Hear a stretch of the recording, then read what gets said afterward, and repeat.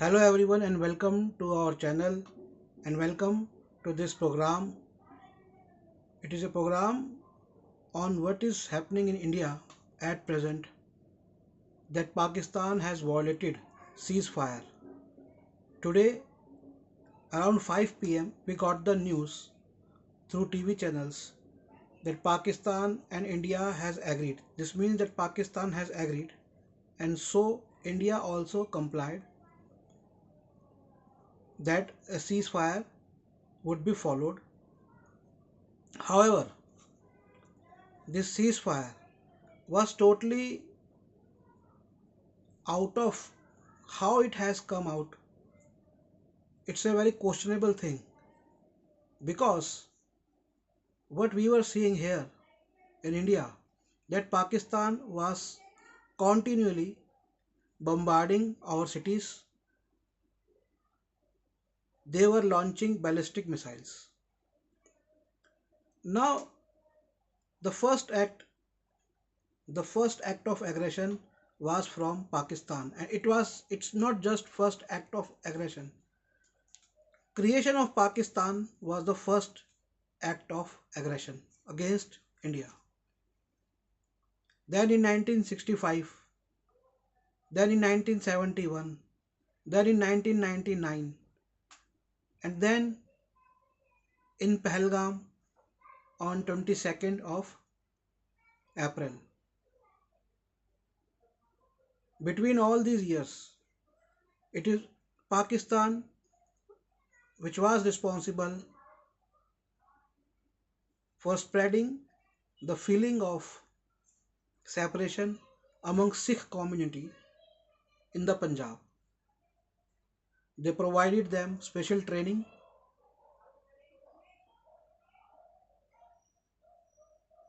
It provided special arms to the Sikh community so as they could get separated from India and create their own country by the name of Khalistan. It's the Pakistan who gave refuge to Osama bin Laden. Pakistan has given refuge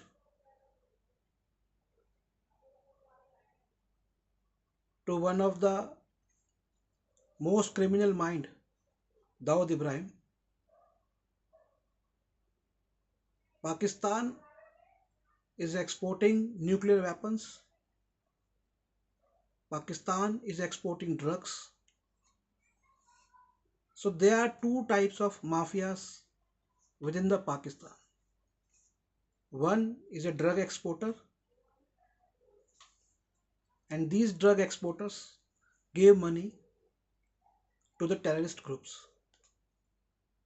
Along with them, there is a class of people who win elections, who goes to administration. So it is a country which is responsible for drugs, terrorism, and killing of people across the world, not only in India. In India, we are facing terrorism because of them. Now, what's their purpose for this terrorism? If you look at the history of terrorist attacks in India in the last 30 years, their target is to destabilize India. Their target is to take the position of India in the economic affairs. They wanted to divide India on the communal basis.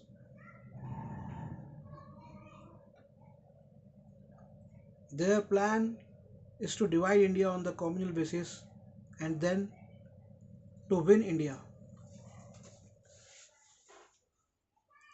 Kashmir. Kashmir was never an issue. They created this issue.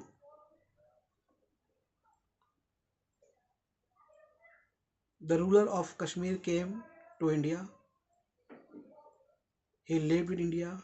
He signed agreement with India. But Pakistan captured Kashmir, a part of Kashmir, in 1947,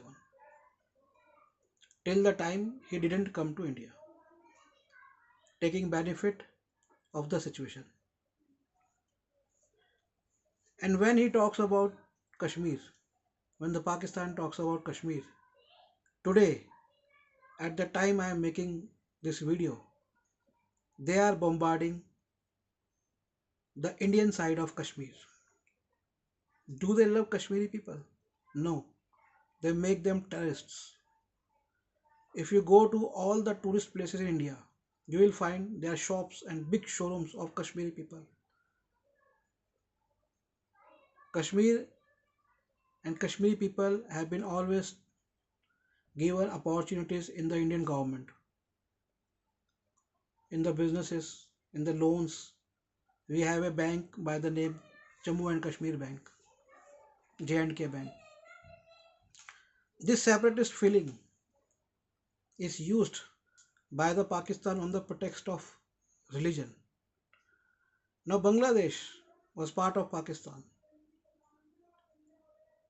but when the government, the politicians in the Bangladesh won the election in 1970, I think, the same Pakistani people from the Pakistan area, which is now, that was West Pakistan, and Bangladesh was East Pakistan, though it was a Pakistan. These people sent their armies to butcher the people. And who are they? To butcher the Muslims of Bangladesh. And then they came for the help of from India, and India helped them in making their separate country away from the clutches of so-called these Pakistani Muslims. They killed around 300 people, 300 Muslims, and also Hindus in Bangladesh. From Bangladesh, a large number of Hindus migrated to India at that time, and we provided lands and homes and job opportunities to those Bangladeshi Hindus who are still living in India. So far, even Bangladesh has not asked us to call back, and recently also Bangladesh has also betrayed India, betrayed Hindus. This world must understand their strategy. Now, I said in the beginning that the first act of aggression was creation of Pakistan. If you talk to a Pakistani Muslim, he says that we were not given opportunities in the post-independent India. This is a very totally false premise. More number of people were in the police, they were in the judiciary, they were in the business sector, everywhere. Even if you come to India, you go to the places of the trading activities. You go to the Chandni Chowk of Delhi, you go to the Chandni Chowk of Kolkata, that is called Chandni Market. So everywhere there is a Chand market or Chandni market. These are the markets where most of the traders are Muslims, not Hindus. Because Hindu communities allowed only one caste to become trader at that time. So from that time to now, most of the traders are either from that Hindu caste or some other castes, but mainly from Muslim community. Most of the exporters of leather industry are Muslims in India now and at that time also. So it is a false premise. They say that they were not given opportunities. There is a particular writing by Dr. Ambedkar on the funds spent by British government on the education of various communities, and it says that the second largest allocation of funds by the British government was given to the Muslim community. In fact, many politicians were Muslim at that time, and Hindus were giving large amount of sums to Muslims, loans. Another allegation which they make is that Hindus practiced untouchability with them. Yes, this is true. Hindus do practice untouchability, but not only with them, but among themselves. Even among the so-called higher classes, there is untouchability. Even between the so-called higher classes or higher castes, middle castes or lower castes, there is untouchability. This means this has been the part of Hindu society, which they are trying to overcome, and they have overcome to a larger extent. You look at, I have studied in a Zakir Hussain college, and we had majority of the people who were Hindu. I I had friends who were Muslims. We used to eat in the same pot.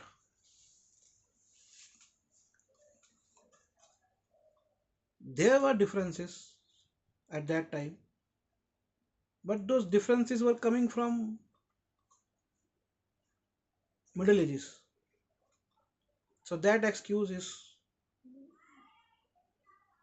not a very strong excuse. Now, why they created this Pakistan? It was a scheme of the Nawabs and landlords, that is the kings, Muslim kings basically. And Muhammad Ali Jinnah was an advocate who was trying to get a position in the Congress party but couldn't get because of his extremist nature. But somehow he became an advocate for the Muslim League. A Muslim League was a party which was formed by the rulers of the Muslim community. So these rulers wanted to secure their position in the new India. And they knew they were not the people who wanted to give something to the common masses, either Hindu or Muslim. They were the people who were ruling India for a long time, and they wanted to secure their own positions, their own preferences, their own comforts in the newly created India, which they denied. Actually, these people not just denied India, in reality, they denied sharing of their huge wealth for the benefit of the common masses, whether Hindus or Muslims, which they already denied before the independence of India, and they also denied after the independence of India and partition of India in the newly formed Pakistan. Now it is said about Pakistan that Pakistan is a economically weak society.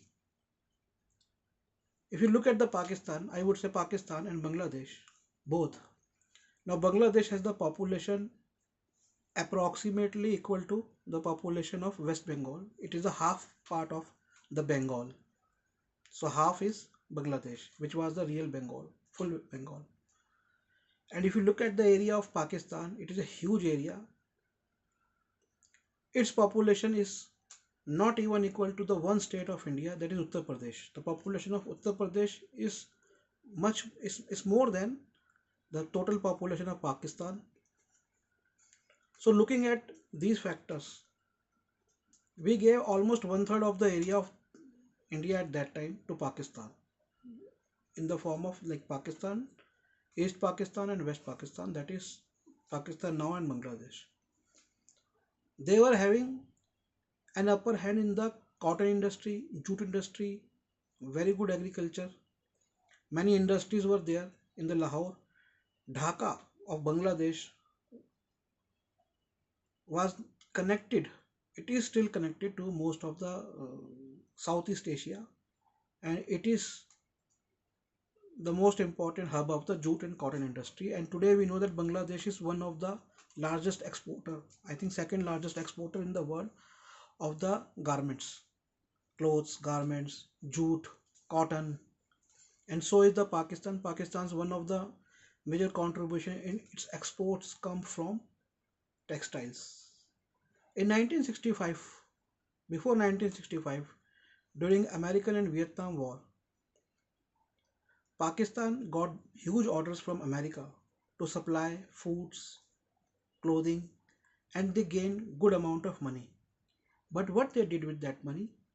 they waged a war against India. Before that war, our borders were open. People could go from one country to another country without any passport or visa. They could come back. So it was a very friendly environment. But because of Pakistan, we had to take the strong measures. Then in 1971, as I told you, what they did with their own population in East Bengal. East Bengal is Bangladesh. So what they did, their own population in that part of Pakistan, in Bangladesh now, they butchered them because they won more number of seats. Out of 162 seats of the parliament which were in the Bangladesh, the party of that area of Bangladesh won 160 seats, and also in the Pakistan area, which is now Pakistan. So they were in the majority. When they came in the majority, the Pakistan didn't accept them. And when they were butchering them, India came in between. So Pakistan was not only aggressive towards India, it was also aggressive towards its own population. And today we see that by the time I am speaking, there is another war going inside Pakistan from the Baluch. Now these Baluchs were used by Pakistan to murder the innocent Hindus during 1947, during the partition of India. And what was their strategy? When India got departed, India got parted, the partition was taking place. The army was divided, Indian army was divided into two parts. One was Pakistani, another was Indian. All Hindu officers, all Hindu army men were transferred to the Hindu Indian side of army, and all Muslims were transferred to the Pakistani side of army. And so was the distribution of the assets. And when the trains of the innocent Hindu civilians were coming from Pakistan to India during 1947, they asked Baluch army was already there established. They asked it to kill all the Hindus. So one after another, three trains came from Pakistan where all the Hindus were murdered by this Baluch army. Now this same Baluchistan people, after all, departed by the they were uh, departed by the Pakistani who are like Punjabi. So in Pakistan, Punjabi Pakistani hates Baluch. The Punjabi Pakistani hates Bangladeshi. Punjabi Pakistani hates Sindhi people, people of the Sindh province. They are actually a class of people who are racist. I'm talking about Pakistani, Punjabi Pakistani. They are racist. They think they are of fair skin, others are of dark skin, like the dark skin people of Bangladesh. They think they are superior because they take their allegiance from the Mughals, though Mughals were already in a very poor condition when British came here. But they think they are the next Mughals, or they take their identification from the Turkmenia, Turkey or Turkestan, because the head of the Muslim state was in the Turkey. So they marry some Turkish women, they marry and they go to Turkey. They think they are fair skin, their facial features are like people of Turkey. So they feel pride in themselves. They are extremely racist people. Punjabi Pakistani. These are the people who are in the army now and who are in the government. Either it is Nawaz Sharif, Asim Munir, Chief of Army Staff, they all are Pakistani Punjabi people. So in 1980s, when they failed to separate Sikh population from India. They focused on Kashmir. Though they say Kashmir is an issue, but Kashmir is not the issue. Kashmir is a way to capture the whole India. They wanted to keep this issue alive so that all these talks about their aggression would go away. In 1999, also, they violated the line of control and many of our Indian soldiers were killed.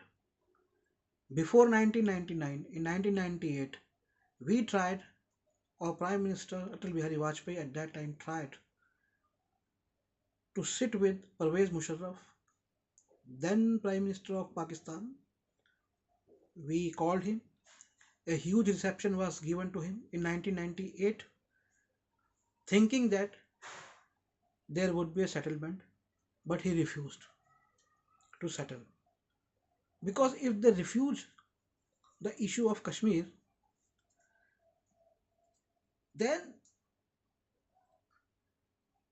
as I said, that issue of Kashmir is a passage for the invasion of whole India. Now, if they if they settle on the issue of Kashmir, then that passage to India stops. I was hearing yesterday an American professor, ex-professor, saying that Pakistan is a weaker nation and that is why it uses terrorism. This statement coming from United States of America. Then I was seeing another program, the issue of Kashmir raised in London. So you see, the Pakistan is propagating this false notion of Kashmir. As I said, that king of Kashmir joined India and the thing is settled.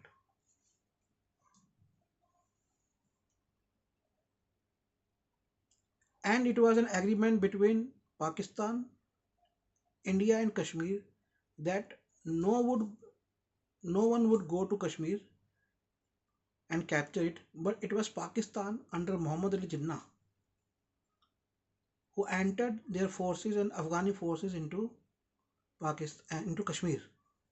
So it was agreed between India, Kashmir and Pakistan that none of the side would use aggression in Kashmir, but Pakistan used that, violating that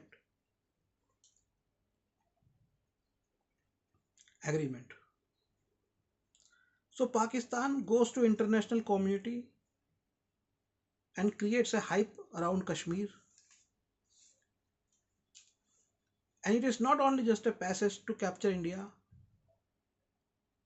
they are also smuggling, exporting nuclear weapons. They have given nuclear weapons to North Korea. They might be giving nuclear weapons to other countries. Now there are terrorist establishments which have already established in United States of America, in Australia, in Europe. Do you think the people of Europe, they are safe? Do you think the people of, you look at the Africa, who is providing so many arms to the Africa?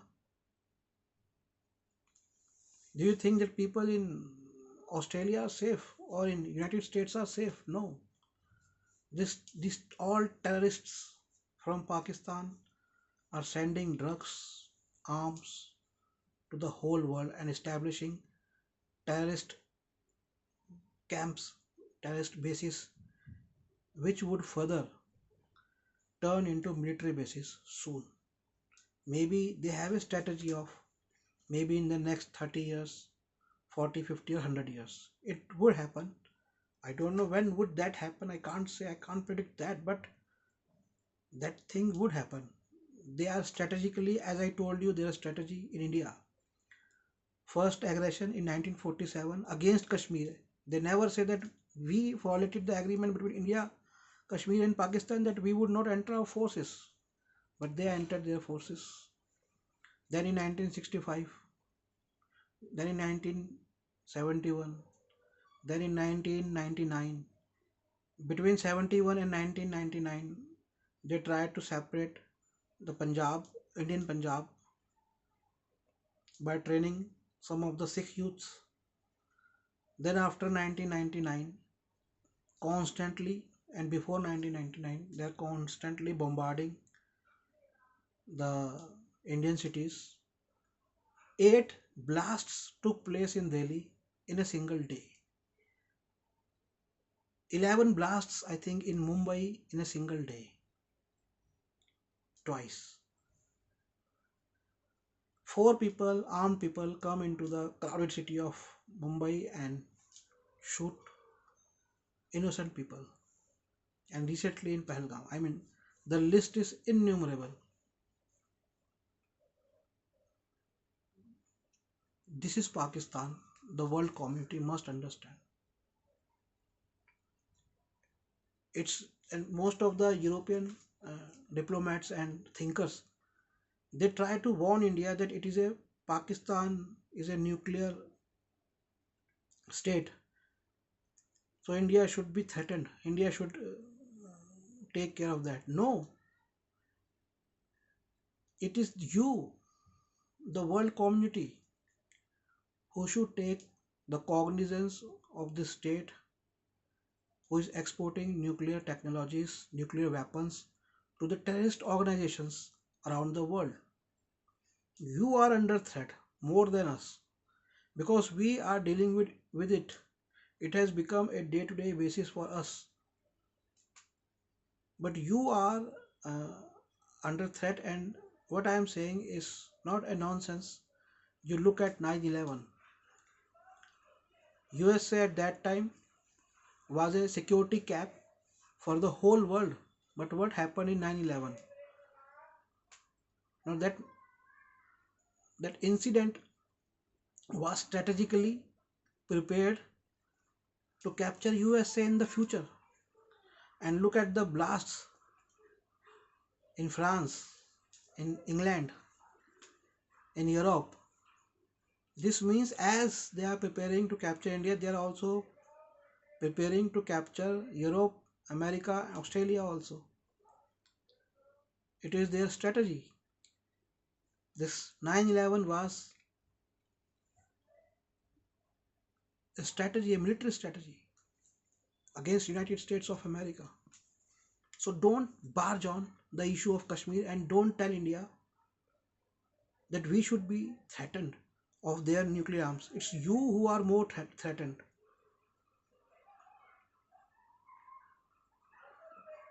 You should be cautious about what you are saying.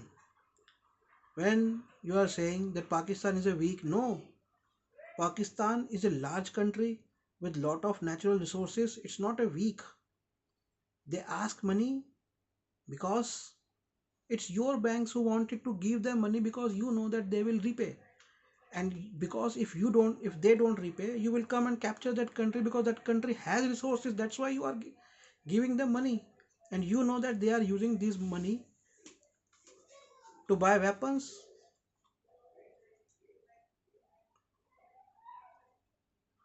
So this you should understand. And now coming to the second part about the present conflict. I have said in earlier videos, I had talked with Professor Amrit Lal Rawal also. You can watch on our channel. See, forget about who is about the present situation. Look at this history which I already told you. India cannot take Pakistan as an honest country. Pakistan has violated. China also violated. China calls before 1962. China gave a slogan Hindi Chini Bhai Bhai, that an Indian and a Chinese are brother. But then they entered into our territories. So is Pakistan when they say that we don't want war, we want peace. India is saying what India is saying is not true. These all are lies.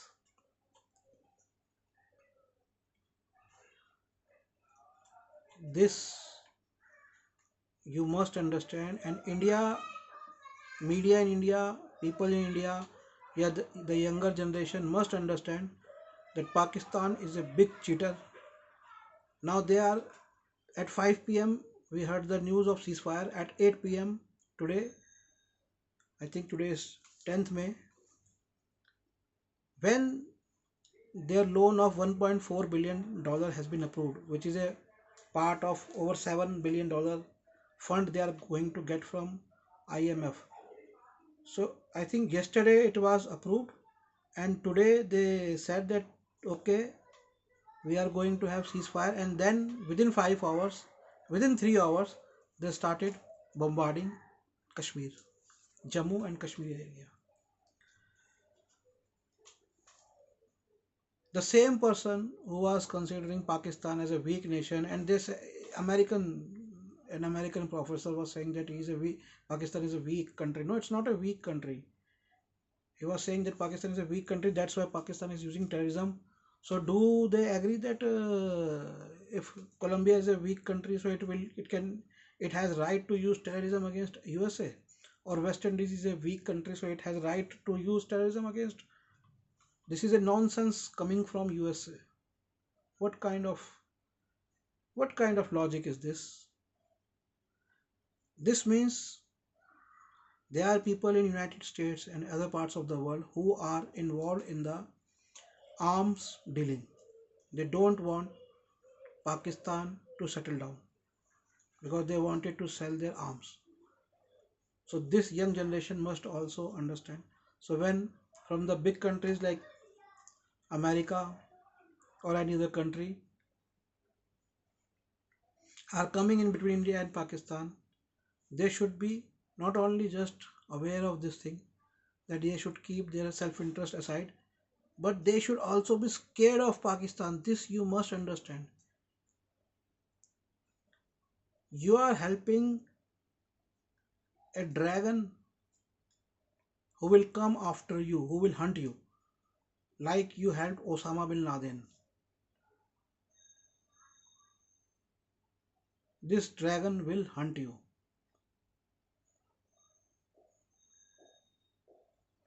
Now Pakistan, even if Pakistan says to Indian establishment that though it has violated the ceasefire, it will take some time. It needs time because monsoon are coming. So it needs time for army preparation. This Indian government must understand. And it's not about this conflict. It's not about this conflict proceeding to the war. It's the history of creation of Pakistan. It's the history of those feudal forces in the Pakistan who wanted to de-establish India, who wanted billions of dollars from West to buy, to spend half of money on arms and half of money on their own luxurious life. How could a poor nation have so many rich people living in London, living in America? Why don't they go back to Pakistan? If it is a poor nation, then help the Pakistanis with that money. Why they are running restaurants in London if they are poor? No, they are not poor. They are more rich than the native population in Europe and America. They are into so many businesses. They could not be poor because Pakistan has so many resources. You look at their cities, how they are building their cities. From where does that money is coming from? You look at the people of Pakistan outside Pakistan. They are dealing in drugs, they are dealing in nuclear weapons, they are dealing in betting business through UAE. This whole cricket is a betting business in which so many Pakistanis are involved. How could they be poor? They are not poor. Look at their lifestyle. They are certainly poor people because they don't want to take care of those people actually. I am not denying that there is no poverty in India, but India is not the aggressive state. So now Indian government, it's first the Indian government must understand that it's time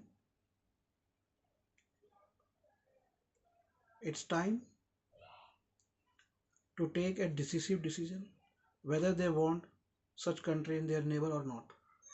And no other country can argue on that, because I asked all the heads of the all the countries in the world, if you had a neighbor like this, what you would have done? If your neighbor was is constantly bombarding, I'm talking about USA, if your neighbor was constantly bombarding you even after calling it a ceasefire, what you have done? What Russia would have done if any their neighboring country bombarded them, when they are sending terrorists to kill innocent people, when they wanted to sending when they are sending terrorists to shoot innocent people, proper strategy applied. They just wanted to check the security of India. I will make another video on that.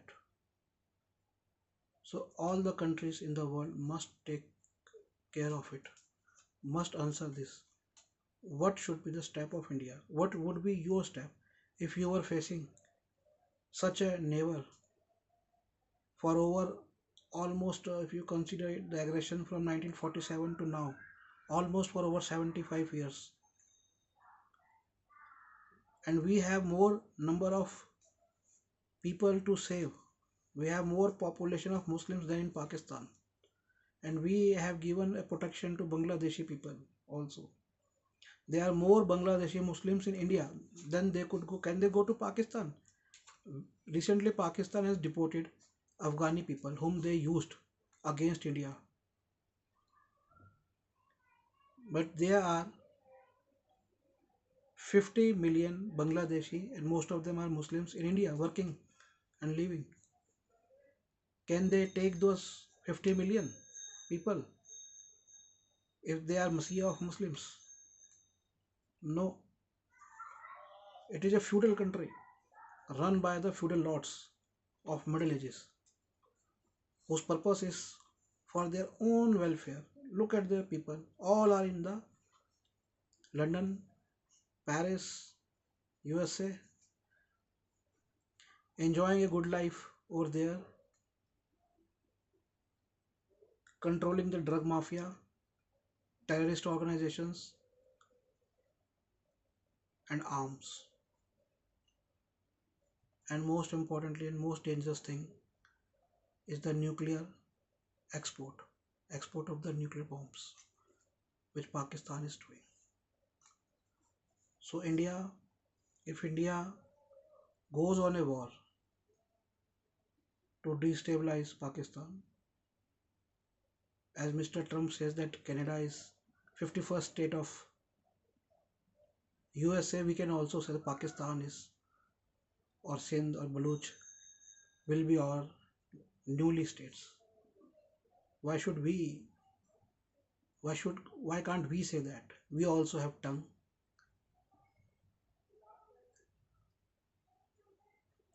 We also have reason.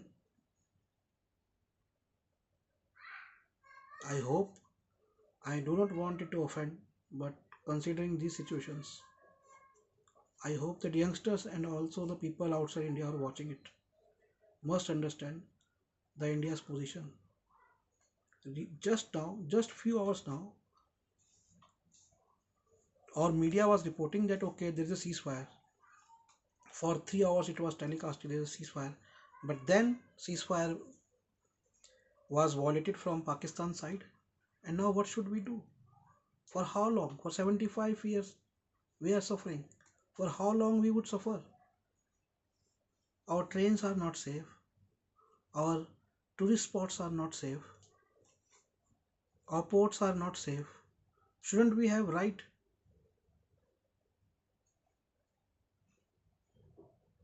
to go and check this notorious state? I'm Nikhil Sablania. talking to you, and you can write me in the comments whatever your views. But considering one thing, and particularly to the Indians that love your nation first, I have made another video.